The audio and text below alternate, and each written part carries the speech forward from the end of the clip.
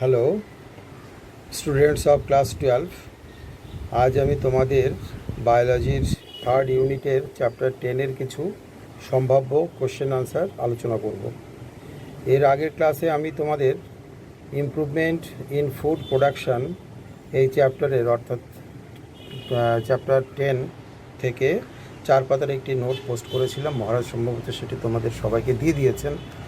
আজকে আমি কি করব, এই চ্যাপ্টার থেকে সম্ভাব্য কতগুলো কোশ্চেন আনসার সেগুলো আলোচনা করব।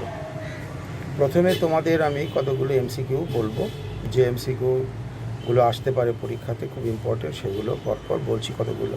Number 1, hormone used for inducing lactation in sterile cows is stilbestrol. কি বললাম?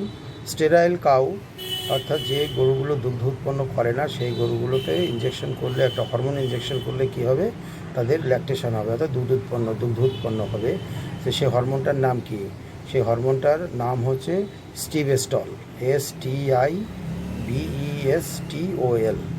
নাম্বার 2, জাফরবাদি, মুরা, বেহসানা আর দ্য ব্রিডস অফ হট। এটা হবে বাফেলো, অর্থাৎ এইগুলো হচ্ছে বাফেলোর কি, এরা হচ্ছে সব শাবক, অর্থাৎ জাফরবাদি, মুরা, মেহসানা এইগুলো বাফেলোর, এরা হচ্ছে শাবক।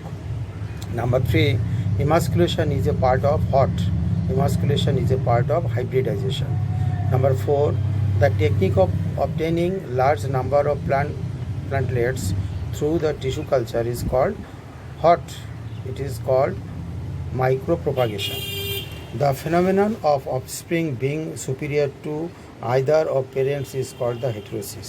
তাহলে হেটেরোসিস কাকে বলা হয়? হেটেরোসিস বলা হয় যে পদ্ধতিতে, it is a phenomenon by which the advanced offspring is produced from the parent is called the heterosis.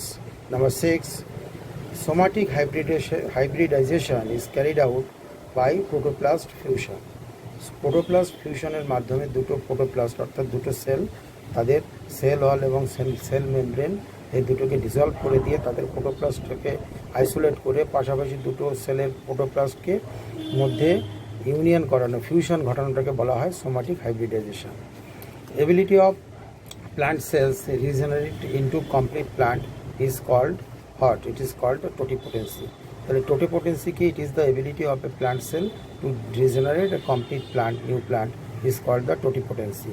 The branch of botany dealing with the improvement of plant variety is called the plant breeding. Plant breeding বলতে আমরা কি বুঝি? Plant breeding বলতে আমরা বুঝি যে পদ্ধতিতে genetic makeup এর চেঞ্জ করে, পরিবর্তন ঘটিয়ে উন্নত মানের উদ্ভিদ সৃষ্টি করা, তাকে বলা হয় প্লান্ট ব্রিডিং। এর ফলে কি হয়, সিড ক্রপ যে প্রোডাকশান, তার কোয়ালিটি এবং কোয়ান্টিটি দুটোই অনেক অ্যাডভান্স প্রকৃতির পাওয়া যায়। অর্থাৎ প্লান্ট ব্রিডিংয়ের মেইন উদ্দেশ্য হচ্ছে কোয়ালিটি এবং কোয়ান্টিটি বাড়ানো, কাদের?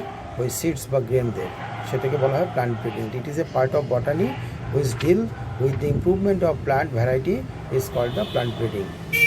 Number 9, protoplast isolation was first carried out by scientist Cocking. Scientist cocking সর্বপ্রথম কী করেছিল? প্রোটোপ্লাস্টকে আইসোলেশন করতে তিনি সক্ষম হয়েছিলেন।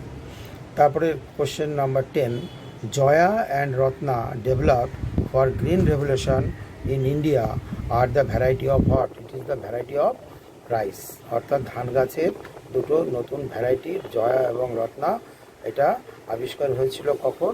গ্রিন রেভলিউশন ইন ইন্ডিয়া, ভারতবর্ষে যখন সবুজ বিপ্লব হয়েছিল তখন। এবং তাতে করে কি হয়েছিল, এই ধান গাছের কোয়ালিটি এবং কোয়ান্টিটি দুটোই অনেক অ্যাডভান্স প্রকৃতির। এই মোট 10টা এমসিকিউ তোমাদের বলা হলো। এইবার হচ্ছে VSA, very short answer type question, কয়েকটা বলা হবে। Number 1, from which algae SCP, single cell protein, is highly obtained?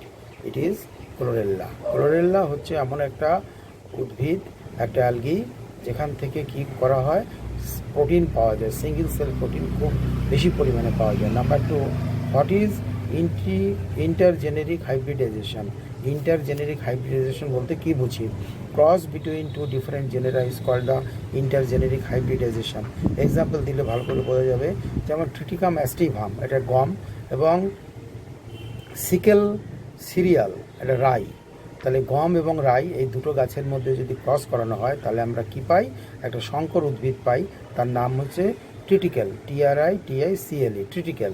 তাহলে দুটো ভিন্ন জেনেরা হওয়া সত্ত্বেও তাদের মধ্যে যখন হাইব্রিডাইজেশন করানো হয় তখন তাকে বলা হয় intergeneric hybridization. What is intravarietal hybridization? Cross between two different plants of the same variety. একই ভ্যারাইটির অন্তর্ভুক্ত যখন দুটি ভিন্ন গাছের মধ্যে সংক্রায়ণ ঘটানো হয়, তখন ক্রস ঘটানো হয়, তখন তাকে বলা হয় intervarietal hybridization. What is emasculation? Removal of anthers from a bisexual flower is called the emasculation. Write the full form of IVRI. The full form of IVRI হচ্ছে Indian Veterinary Research Institute. Name two disease of poultry. পোলট্রির দুটো রোগের নাম বলো। Aspergillosis and coryza, CORIZA, coryza. Name the chemical used for doubling the chromosome number. এমন একটা কেমিক্যালের নাম বলো যে কেমিক্যালটা ইউজ করলে ক্রোমোজোম সংখ্যাটাকে ডাবল করা সম্ভব হয়। Colchicine, COLCHICIN, colchicine. Who proposed artificial seeds in eucalyptus? Eucalyptus গাছের আর্টিফিশিয়াল সিড তৈরি করেছিলেন সরি কোন বিজ্ঞানী? সায়েন্টিস্ট ম্যাসকারেন হ্যাস অ্যান্ড মুরালিধরান, এই দুজন বিজ্ঞানী মিলে কি করেছিলেন? একটা আর্টিফিশিয়াল সিড তৈরি করেছিলেন অফ ইউক্যালিপটাস গাছে। Write 3 steps of plant breeding. Plant ব্রিডিংয়ের 3টে স্টেপের নাম বলো। Selection, hybridization and induce mutations. এই 3টে হচ্ছে main steps of plant breeding. এছাড়া আরও 4টে স্টেপ রয়েছে, সেগুলো হচ্ছে plant introduction, polyploid breeding, heterosis, gene technology. Number 10 হচ্ছে রেয়ার অ্যান্ড এন্ডেঞ্জার্ড স্পিসিস আর saved mainly by what? It is mainly by micro propagation, অর্থাৎ মাইক্রো প্রপাগেশনের মাধ্যমে অবলুপ্ত এবং লুপ্তপ্রায় যে সমস্ত জীব এবং খুব দুর্লভ এবং রেয়ার অ্যান্ড এন্ডেঞ্জার্ড, মানে দুর্লভ এবং লুপ্তপ্রায় উদ্ভিদদের সংরক্ষণ করা সম্ভব হয় যে পদ্ধতিতে, তাকে বলা হয় মাইক্রো প্রপাগেশন। এইবারে তোমাদের কতগুলো শর্ট কোশ্চেন আরও দেওয়া হবে, যেমন জার্মপ্লাজম কনজারভেশন বলতে কী বোঝো? What do mean by germplasm conservation? বিভিন্ন স্থান থেকে সংগৃহীত গাছ বা বীজ সংরক্ষণ করাকে জার্মপ্লাজম কনজারভেশন বলা হয়। কী হয়েছে? জার্মপ্লাজম কনজারভেশন বলা হয়ে থাকে। আচ্ছা, what is call quarantine? Quarantine বলতে আমরা কী বুঝি? কোয়ারেন্টাইন বলতে আমরা বুঝি কোনো দেশ বা রাজ্যে প্রবেশ করার সময় উদ্ভিদের অঙ্গগুলি বা প্রাণী দেহ জীবাণুমুক্ত কিনা সেটা পরীক্ষা করার পদ্ধতিকে বলা হয় কোয়ারেন্টাইন। অর্থাৎ কোনো এক প্রদেশ থেকে অন্য একটা প্রদেশে লোক আসছে বা উদ্ভিদকে আনা হচ্ছে বা প্রাণীকে আনা হচ্ছে এবং সেই উদ্ভিদ বা প্রাণী কোনো জীবাণু অর্থাৎ ব্যাকটেরিয়া, ছত্রাক বা ভাইরাস বা প্রোটোজোয়া দ্বারা আক্রান্ত কিনা বা দ্বারা এই সমস্ত জীবাণু মুক্ত কিনা সেটা পরীক্ষা করার জন্য যে সিস্টেম বা পদ্ধতি তাকে বলা হয় কোয়ারেন্টাইন। কোয়ারেন্টাইন কথাটা এখন খুবই প্রচলিত, তোমরা এটা শুনে থাকবে। What is called ecotype? Ecotype কাকে বলা হয়? পরিবেশের তারতম্যে একই ও প্রজাতিভুক্ত উদ্ভিদের মধ্যে যে প্রকরণগুলির সৃষ্টি হয় তাকে ইকোটাইপ বলা হয়। এটা ডেফিনেশনটা এরকম বলা যেতে পারে: a distinct form or a race of a plant or animal species occupying a particular habitat is called the ecotype. তাহলে ইকোটাইপ হচ্ছে কোনো একটা পার্টিকুলার হ্যাবিট্যাটে বসবাসকারী জীবেদের একটা নির্দিষ্ট ফর্ম, তাকে বলা হয় ecotype. What is called clone? Clone কাকে বলে? ক্লোন বলতে আমরা কী বুঝি? হুবহু জনিত্রী জীবের জিনগত চারিত্রিক বৈশিষ্ট্য সমন্বিত অপত্য জীব সৃষ্টিকে ক্লোন বলা হয়। অঙ্গজ জননের মাধ্যমে ক্লোন সৃষ্টি করার সময় ক্লোন হচ্ছে কি the offspring and the parents body character, তাদের দুটোর কোনো ডিসিমিলারিটি নেই, তারা অ্যালাই, তারা সম্পূর্ণভাবে হুবহু জনিত্রী জীবের মতো জিনগত চারিত্রিক বৈশিষ্ট্য নিয়ে যদি কোনো অপত্য জন্ম নেয় তখন সেই অপত্যটাকে বলা হয় ক্লোন। কার ক্লোন? তার পেরেন্টের ক্লোন, যাদের দুজনের মধ্যে জেনেটিক্যালি কোনো ডিফারেন্স নেই, তাকে বলা হয় ক্লোন। আচ্ছা, তারপর হচ্ছে কি what is call polyploidy? Polyploidy বলতে কি বুঝি? জীবদেহের কোষে 2 জোড়ার বেশি হোমোলোগাস সেট অফ ক্রোমোজোম যদি থাকে তখন তাকে বলে পলিপ্লয়েডি বলে। যেমন হেক্সাপ্লয়েড, হুইটদের ক্ষেত্রে হেক্সাপ্লয়েড দেখতে পাওয়া যায়। 6n ক্রোমোজোম, গমেদের ক্ষেত্রে সেটাকে বলা হয় হেক্সাপ্লয়েড বা পলিপ্লয়েডের এটা একটা example. What is called totipotency and pluripotency? Totipotency হচ্ছে কি যে বিশেষ ক্ষমতা বলে বা বৈশিষ্ট্যের দ্বারা কোনো একটি কোষ বা কলা বারবার বিভাজিত হয়ে এবং বিভেদিত হয়ে বিভিন্ন অঙ্গ প্রত্যঙ্গ সৃষ্টির মাধ্যমে একটি সম্পূর্ণ জীবদেহ গঠন করে, তখন তাকে বলা হয় টোটিপোটেন্সি। যেমন গাজরের উদ্ভিদ কোষ টোটিপোটেন্সি করা সম্ভব। অর্থাৎ কি বললাম কথাটা, টোটিপোটেন্সি যে বিশেষ ক্ষমতা বলে কোনো একটি নির্দিষ্ট কোষ তার বিভাজনের মাধ্যমে অনেক কোষ উৎপন্ন করবে এবং সেই কোষগুলো থেকে বিভেদিত হবে, সেল ডিফারেন্সিয়েশন হবে, সেল ডিভিশন, সেল ডিফারেন্সিয়েশন হবে এবং তার থেকে বিভিন্ন অর্গ্যান ডেভেলপ হবে, অঙ্গ প্রত্যঙ্গ গঠিত হবে, যার থেকে একটা সম্পূর্ণ উদ্ভিদ বা প্রাণী সৃষ্টি করা সম্ভব। সেই ক্ষমতাকে বলা হয়, সেই কোষের সেই ক্ষমতাটাকে বলে টোটিপোটেন্সি। আর প্লিউরিপোটেন্সি কাকে বলে? যখন কোনো কোষ টোটিপোটেন্সি ক্ষমতা হারিয়ে ফেলে কিন্তু তখনও ওই কোষটির বিভাজন এবং দেহকোষ বিভাজন ক্ষমতা থেকে যায়, তখন তাকে বলা হয় প্লিউরিপোটেন্সি। অর্থাৎ কোষটির বিভাজন ক্ষমতা আছে, তার টোটিপোটেন্সি ক্ষমতা সে হারিয়ে ফেলেছে, অর্থাৎ নতুন একটা সম্পূর্ণ উদ্ভিদ তৈরি করার ক্ষমতা সে হারিয়ে ফেলেছে, কিন্তু তার সেল ডিভিশনের ক্ষমতা তার তখনও রয়ে গেছে এবং দেহকোষ বিভেদন অর্থাৎ সোমাটিক সেল ডিফারেন্সিয়েশন করার ক্ষমতাও তার আছে, কিন্তু তার ক্ষমতা নেই একটা নতুন উদ্ভিদ তৈরি করা, যেটা টোটিপোটেন্সির ক্ষেত্রে ছিল। সেই ক্ষমতাটা নেই, কিন্তু সেল ডিভিশন পাওয়ার আছে তার এবং সেল ডিফারেন্সিয়েশন পাওয়ার, বেসিক্যালি সোমাটিক সেল ডিফারেন্সিয়েশন পাওয়ারটা তার আছে। তার রিপ্রোডাক্টিভ সেল ডিফারেন্সিয়েশন পাওয়ারটা তার হারিয়ে ফেলেছে, অর্গান তৈরি করার ক্ষমতা সে হারিয়ে ফেলেছে, কিন্তু সে সেল ডিভিশন এবং সোমাটিক সেল ডিফারেন্সিয়েশন ক্ষমতা তার আছে, তখন তাকে বলা হয় প্লিউরিপোটেন্সি। টোটিপোটেন্সি এবং প্লিউরিপোটেন্সির ডিফারেন্সটা ভালো করে মনে করে রাখবে, এটা পরীক্ষায় আসে। আর একটা কোশ্চেন খুব আসে, সেটা হচ্ছে এসসিপি, সিঙ্গেল সেল প্রোটিন বলতে কী বোঝো? ব্যাকটেরিয়া, অ্যালগি, সায়ানোব্যাকটেরিয়া, ফানজাই ইত্যাদির বিশুদ্ধ কালচার বা মিশ্র কালচার, একসঙ্গে এতে কালচার করা যেতে পারে, চারটেকে একসঙ্গে নিয়ে, অথবা একটা একটা করে আলাদা আলাদাভাবে তাদের কালচার করা যেতে পারে, করে তাদের সেখান থেকে সেই কালচার থেকে নিষ্কাশনটাকে তুলে নিয়ে যে প্রোটিন বা নিষ্কাশন পাওয়া যায় তাকে পশু এবং মানুষের সাপ্লিমেন্টারি খাদ্য হিসেবে ব্যবহার করা হয়, তখন সেই এককোষী প্রোটিন বা সিঙ্গেল সেল প্রোটিন তখন তাকে বলা হয়। যেমন এই কথাটা সর্বপ্রথম যে সায়েন্টিস্ট করেছিলেন তার নাম হচ্ছে উইলসন, সায়েন্টিস্ট উইলসন, WILSON। কত সালে? 1966। এইবারে কতগুলো এক্সাম্পল দেওয়া যেতে পারে, যেমন স্পাইরুলিনা ম্যাক্সিমা, এটা হচ্ছে অ্যালগির একটা এক্সাম্পল। এছাড়া ক্লোরেল্লা, এটাও অ্যালগির আর একটা উদাহরণ। আর হচ্ছে কি ব্যাকটেরিয়াম, কি হতে পারে? সেলুমোনাস, CELLUMONAS, সেলুমোনাস, এটা একটা ব্যাকটেরিয়া। আর হচ্ছে স্যাকারোমাইসিস সেরিবেসি, ইস্ট, ফানজাই। এছাড়া কি হতে পারে? সায়ানোব্যাকটেরিয়া, নস্টক অ্যানাবিনা, এরাও তোমার কি সিঙ্গেল সেল প্রোটিনের এক্সাম্পল হিসেবে এদের তোমরা দিতে পারো। What is call biofortification? Biofortification বলতে কী বোঝো? কৃত্রিম প্রজননের মাধ্যমে শস্যের পুষ্টিগত গুণ বৃদ্ধি করার প্রক্রিয়াকে বায়োফর্টিফিকেশন বলে। অর্থাৎ কোনো একটি শস্যের মধ্যে প্রোটিন, কার্বোহাইড্রেট, ফ্যাট, ভিটামিন এবং মিনারেলস, এই জিনিসগুলোর, এই উপাদানগুলোর পরিমাণ কৃত্রিম উপায়ে বৃদ্ধি করার যে প্রক্রিয়া এবং যার ফলে উন্নত মানের শস্য উৎপন্ন করা সম্ভব, তাকে বলা হয় বায়োফর্টিফিকেশন। বিজ্ঞানী স্টিভ বিপ, BEE, 2001 সালে সর্বপ্রথম বায়োফর্টিফিকেশন এই কথাটা উনি সর্বপ্রথম প্রপোজ করেন। এই ক্ষেত্রে শস্যের মধ্যে ভিটামিন A, জিঙ্ক, আয়রন প্রভৃতি সংযোজন করা সম্ভব হয়। অর্থাৎ কোনো একটি উদ্ভিদের মধ্যে তার পুষ্টিগুণ বৃদ্ধি করার জন্য যেমন ভিটামিন, জিঙ্ক, আয়রন এগুলো ইন্ট্রোডিউস করে তার মধ্যে তার পুষ্টিগুণকে বৃদ্ধি করার যে প্রক্রিয়া কোনো শস্যের মধ্যে, তাকে বলে বায়োফর্টিফিকেশন।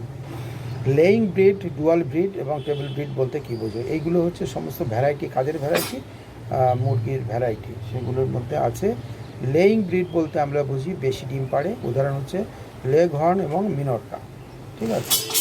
আর এরপরে আছে কি ডুয়াল ব্রিড। ডুয়াল ব্রিড বলতে আমরা কী বুঝি? ডুয়াল ব্রিড বলতে আমরা বুঝি ডিম এবং মাংস উভয়ই পাওয়া যাবে, তাকে বলা হয় ডুয়াল ব্রিড, সাসেক্স এবং রোড আইল্যান্ড। আর টেবিল ব্রিড হচ্ছে শুধুমাত্র মাংসের জন্য এরা প্রসিদ্ধ, বেশি মাংস পাওয়া যায়, ব্রয়লার এবং আসিল। নেক্সট কোশ্চেন হচ্ছে ইনডিউস ব্রিডিং অর হাইপোফাইসেশন বলতে কী বোঝো? এটা হচ্ছে তোমার ফিশারি থেকে যে পদ্ধতিতে পরিণত স্ত্রী ও পুরুষ মাছকে পিটুইটারি নির্যাস ইনজেক্ট করে তাদের জনন গ্রন্থিকে উদ্দীপিত করে বদ্ধ জলাশয়ে প্রজননে লিপ্ত করা হয় এবং শুক্রাণু ও ডিম্বাণু নিঃসরণে বাধ্য করা হয়, তাকে প্রণোদিত প্রজনন বা কৃত্রিম প্রজনন বা হাইপোফাইসেশন বলে।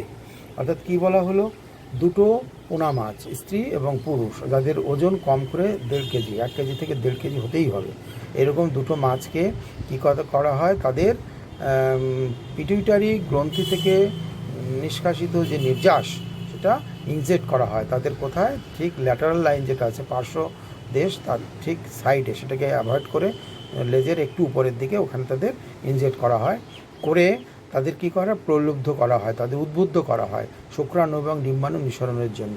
এই উদ্বুদ্ধ করে তাদের কী করে, বদ্ধ জলাশয়ে তাদেরকে ছেড়ে দেওয়া হয়। এই বদ্ধ জলাশয় থেকে তখন তারা কী করে, তারা শুক্রাণু ডিম্বাণু নিঃসরণ করে এবং তাদের বহির্নিষেক হয়। এইভাবে যে পদ্ধতিটা, তাকে বলে ইনডিউস ব্রিডিং, অর্থাৎ প্রণোদিত মৎস্য চাষ।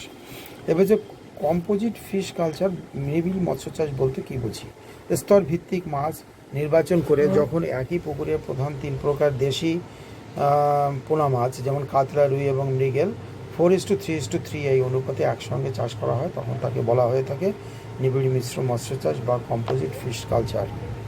অর্থাৎ কোনো একটা নির্দিষ্ট পুকুরে যখন কাতলা, রুই এবং মৃগেল 4:3:3 অর্থাৎ 4:3:3 কাতলা, রুই, মৃগেল এই অনুপাতে ছেড়ে দেওয়া হয় এবং তাদের চাষ করা হয়, সেখান থেকে লাভবান হয় চাষিরা, মৎস্য চাষিরা, সেই চাষকে বলা হয় নিবিড় মৎস্য চাষ, অর্থাৎ কম্পোজিট ফিশ কালচার। আর কম্পোজিট মিক্সড ফিশ কালচার বলতে কী বুঝি, নিবিড় মিশ্র মৎস্য চাষ, আগেরটা কী বললাম, নিবিড় মৎস্য চাষ, আর এবার বলছি নিবিড় মিশ্র মৎস্য চাষ। এটা বলতে আমরা কী বুঝি, স্তরভিত্তিক মাছ নির্বাচন করে যখন একই পুকুরে 3 প্রকার দেশি পোনা মাছ, রুই, কাতলা, মৃগেল, তার সঙ্গে 3 প্রকার বিদেশি পোনা মাছ, সিলভার কার্প, গ্রাস কার্প এবং সাইপ্রিনাস কার্প একসঙ্গে চাষ করা হয়, সেই প্রকার মৎস্য চাষকে বলা হয় নিবিড় মিশ্র মৎস্য চাষ, অর্থাৎ কম্পোজিট মিক্সড ফিশ কালচার। যেমন মাছের পুকুরে আমরা জানি 3টে স্তর থাকে, উপরের স্তর, মাঝের স্তর এবং নিচের স্তর। উপরের স্তরে যে মাছগুলোকে ছাড়া হয় তা হচ্ছে কাতলা এবং সিলভার কার্প, এদের রেশিও থাকে 1:2। মাঝের স্তরে হচ্ছে রুই ইস্টু গ্রাস কার্প 3:1, নিচের স্তর থেকে মৃগেল আর সাইপ্রিনাস 1:1 এই অনুপাতে। তাহলে এটাকে বলে নিবিড় মিশ্র মৎস্য চাষ। তোমাদের পরীক্ষায় কোশ্চেন হয় যে নিবিড় মৎস্য চাষ এবং নিবিড় মিশ্র মৎস্য চাষ, এই দুয়ের মধ্যে পার্থক্য লেখো, এই দুটো একটু খেয়াল করে রাখবে। এবার হচ্ছে সাম কমন ডিজিজেস অফ কার্প, অর্থাৎ পোনা মাছের কতগুলো নির্দিষ্ট রোগের কথা বলা হবে, যেমন গিল রট অর্থাৎ ফুলকা পচন, ফিন অ্যান্ড টেল রট পাখনা এবং লেজের পচন, আর ড্রপসি মানে উদরি বা শোথ রোগ, শোথ তালব সহায়তা শোথ রোগ বলে এটাকে। গিল রটটা কেন হয়, এটা হচ্ছে ফাঙ্গাস ঘটিত একটা রোগ। ফাঙ্গাসটার নাম হচ্ছে ব্রাকিওমাইসিস স্যাঙ্গুইনিস। ব্রাকিওমাইসিস স্যাঙ্গুইনিস নামক একটা ফাঙ্গাস। এই ফাঙ্গাস যখন ফুলকা পচন ঘটায়, যখন আক্রান্ত হয় মাছটি, তখন তার ফুলকাকে সে পচিয়ে দেয়, ফলে শ্বাস প্রশ্বাসে অসুবিধা হয়। আমরা জানি ফুলকা তো মাছের অক্সিজেন গ্রহণ এবং কার্বন ডাইঅক্সাইড পরিত্যাগে সাহায্য করে, শ্বাসঙ্গ সেটাকে নষ্ট করে দেয়। এবার হচ্ছে ফিন অ্যান্ড টেল রট, এটাও একটা কিছু ফাঙ্গাস ঘটিত রোগ। এটা কোথায় হয়ে থাকে, যে জীবাণুটির দ্বারা হয়েছে, ফাঙ্গাসটার নাম হচ্ছে কি স্যাপ্রোলেগনিয়া প্যারাসিটিকা। স্যাপ্রোলেগনিয়া প্যারাসিটিকা নামক একটা ফাঙ্গাস যদি আক্রমণ করে, তাহলে মাছের পাখনা খসে যায়, পচে যায় এবং লেজের পাখনাও খসে এবং পচে যায়। এরপর হচ্ছে ড্রপসি অর্থাৎ শোথ রোগ বা উদরি রোগ। এটা হচ্ছে কি একটা ব্যাকটেরিয়া ঘটিত রোগ, এটাকে বলা হয় অ্যারোমোনাস নামক একটা ব্যাকটেরিয়া আছে, সেই ব্যাকটেরিয়া এই রোগটা করে থাকে। এই রোগটা হলে কি হয়, মাছের পাখনাগুলো, মাছের পালকগুলো, আঁশগুলো যে আছে, আঁশগুলো দেহ থেকে খসে খসে পড়ে যায়, আর দেহের ভিতরে যে মাংসটা আছে, অর্থাৎ দেহের মধ্যে যে মাসেল যে অংশটা, সেই অংশটা ধীরে ধীরে ফুলে ওঠে, অর্থাৎ মাছের আঁশ দেহ থেকে খসে যাবে এবং দেহ ফুলে উঠবে। এইটা হচ্ছে এর উদরি বা শোথ রোগের বিশেষ বৈশিষ্ট্য। আচ্ছা, এই হচ্ছে তোমার রোগ। এইবার হচ্ছে তোমাদের মোম, তার উপাদান এবং মোমের মধুর উপাদান, এই দুটোকে দিয়ে আজকের ক্লাস আমি শেষ করব। মধুর উপাদান, constituents or components of honey, কী কী থাকে, levulose or fructose 41%, sucrose 1.9%, minerals 0.2%, water 17%, dextrose or glucose 35%, dextrin 1.5%, others vitamins minerals pigments 3.4%। তাহলে এটা একদম মুখস্থ করে ফেলবে। মধুর উপাদানটা কি, এটা পরীক্ষায় আসে 2 নম্বর লিখতে। এছাড়া আর একটা কী আছে, কনস্টিটিউয়েন্টস অফ বি অক্স, অর্থাৎ মোমের উপাদান কী, অর্থাৎ মধু এবং মোম দুটো জিনিসই তো আমরা মেইনলি পেয়ে থাকি। মোমের উপাদান কি সেটা লেখো, 2 নম্বর আসে। এটা লিখতে গেলে তোমাদের বলতে হবে হাইড্রোকার্বন 14%, ডায়াস্টার 14%, তারপর hydroxy monoester 4%, acid ester 4%, free acids 12%, monoester 35%, triester 3%, hydroxy polyester 8%, acid polyester 2%, free alcohol 1%, unidentified material 6%। এইগুলো হচ্ছে তোমার একদম মুখস্থ করে ফেলতে হবে, মোমের উপাদান এবং মধুর উপাদান। তাহলে এখান থেকে তোমাদের কোশ্চেনগুলো আসবে। অর্থাৎ আজকে তাহলে আমি তোমাদের কি করলাম, আজকে তোমাদের আমি চ্যাপ্টার 10 শেষ করে দিলাম, যে চ্যাপ্টারটা তোমাদের ইমপ্রুভমেন্ট ইন ফুড প্রোডাকশন। তোমরা জানো যে ইউনিট 3 আমি শুরু করেছি। ইউনিট 3-র 3টে চ্যাপ্টার আছে, 9, 10 এবং 11। আজ আমি 10 নম্বর চ্যাপ্টারটা শেষ করলাম।